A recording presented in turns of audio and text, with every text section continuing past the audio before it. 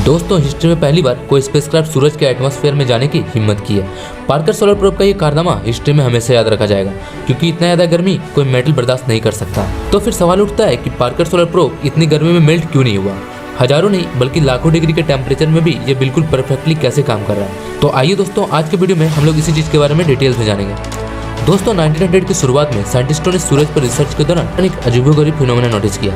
वो सूरज से निकलने वाली लाइट की वेवलेंथ और उसके कलर से सूरज की गर्मी का अंदाजा लगा रहे थे। ये काम जमीन से बैठकर ही स्पेक्ट्रोग्राफ की मदद से किया जा रहा था। आपको यह बता दें कि लाइट के कलर उसकी वेवलेंथ का डायरेक्ट कनेक्शन उसके टेम्परेचर से होता है। जो नतीजा साइंटिस्टों के सामने आया, उसने एक ऐसी मिस्ट्री खड़ा कर दी जिसको आज तक समझा नहीं जा सका।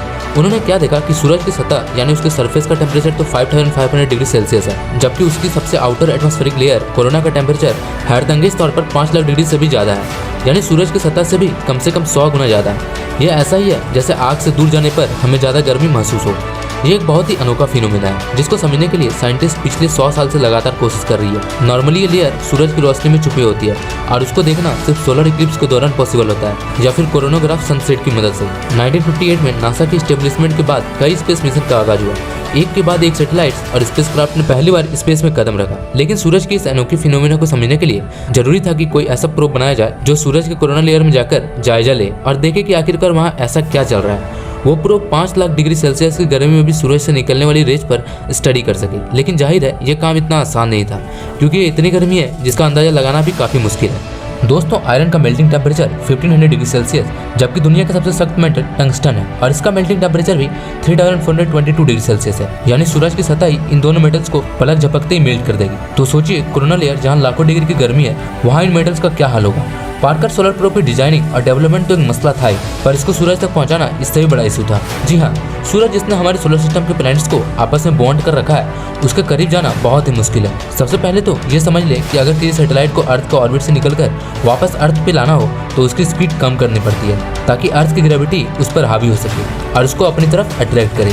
इसी तरह अगर इसको अर्थ पर नहीं बल्कि किसी और प्लैनेट पर भेजना है तो उसकी स्पीड बढ़ाई जाती है, ताकि वो अर्थ की ऑर्बिट से बाहर निकल सके। सपोज मार्स पर अगर किसी स्पेसक्राफ्ट को भेजना हो तो पहले उसको रॉकेट की मदद से अर्थ के ऑर्बिट मिलाया जाता है और उसके बाद सही टाइम, सही एंगल और सही स्पीड से इसको अर्थ के ऑर्बिट से निकाला जाता है। अर्थ के ऑर्बिट से स्पेसक्राफ्ट को निकालना बहुत एनर्जी कंज्यूमिंग काम होता है। रॉकेट की मदद से वो अर्थ के ऑर्बिट तक आ गया, लेकिन अब यहाँ रॉकेट नहीं होते। स्पेसक्राफ्ट में लगे छोटे रॉकेट का इस्तेमाल करके इसकी स्पीड धीरे धीरे बढ़ाकर इसको ऑर्बिट से निकाला जाता है। मार्स क्योंकि अर्थ से सूरज के मुकाबले में बहुत करीब है, इसलिए जिस एंगल में स्पेसक्राफ्ट को लॉन्च किया जाता है वो एंगल इतना ज्यादा नहीं होता। लेकिन सूरज और अर्थ के बीच का डिस्टेंस 150 मिलियन किलोमीटर है और अर्थ के ऑर्बिट से निकलकर इसको सूरज के ऑर्बिट में डालने के लिए एंगल भी बहुत बड़ा चाहिए। और जाहिर है इतने ज्यादा एनर्जी और पावर वाला रॉकेट आज तक नहीं बनाया गया। नासा के साइंटिस्टों ने यह फैसला किया कि इसको सूरज पे भेजने से पहले वेनस भेजा जाएगा। वेनस हमारे सोलर सिस्टम का दूसरा प्लेनेट है जिसकी ग्रेविटी का इस्तेमाल करके पार्कर प्रोब की स्पीड बढ़ाई जा सकती है। लेकिन यहाँ एक दिक्कत था। दिक्कत ये था कि वेनस एक छोटा प्लेनेट है और इसी वजह से इसकी ग्रेविटी भी कम है।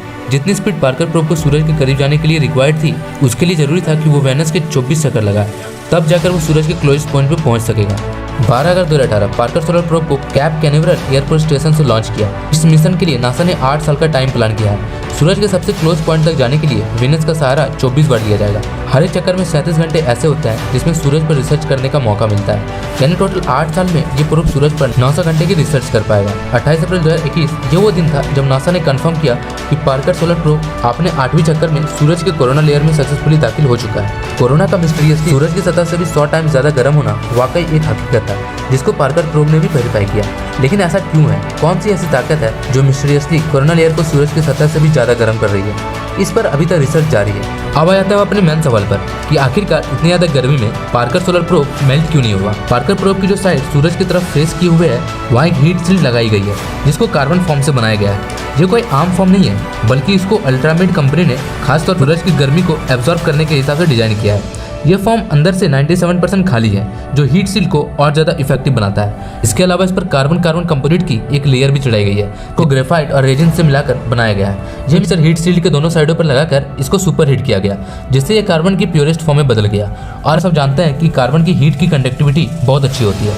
और आखिर में इस हीट शील्ड के वो साइड जो सूरज की तरफ है उसके ऊपर व्हाइट सिरेमिक पेंट भी किया गया है, ताकि सूरज की ज्यादातर रोशनी अंदर आने से पहले ही रिफ्लेक्ट हो जाए। हीट शील्ड के अलावा पार्कर सोलर प्रोब का बाकी हिस्सा ऐसा डिजाइन किया गया है कि शील्ड की परछाई में होगी।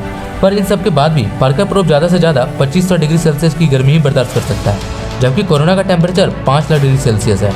अब ये इतनी गर्मी कैसे बर्दाश्त कर रहा है, ये समझना भी काफ़ी आसान है। लॉ ऑफ थर्मोडायनेमिक्स के मुताबिक हीट को ट्रांसफर होने के लिए कोई भी मीडियम चाहिए। जैसे कि गर्मियों में अर्थ पर हवा में मौजूद पार्टिकल्स और वेपर्स अपने अंदर गर्मी लेकर चलती है, जैसे हमें रात के वक्त भी गर्मी लगती है। अगर पार्टिकल्स कम होंगे, हीट भी इतनी आसानी से ट्रेवल नहीं कर पाएगी।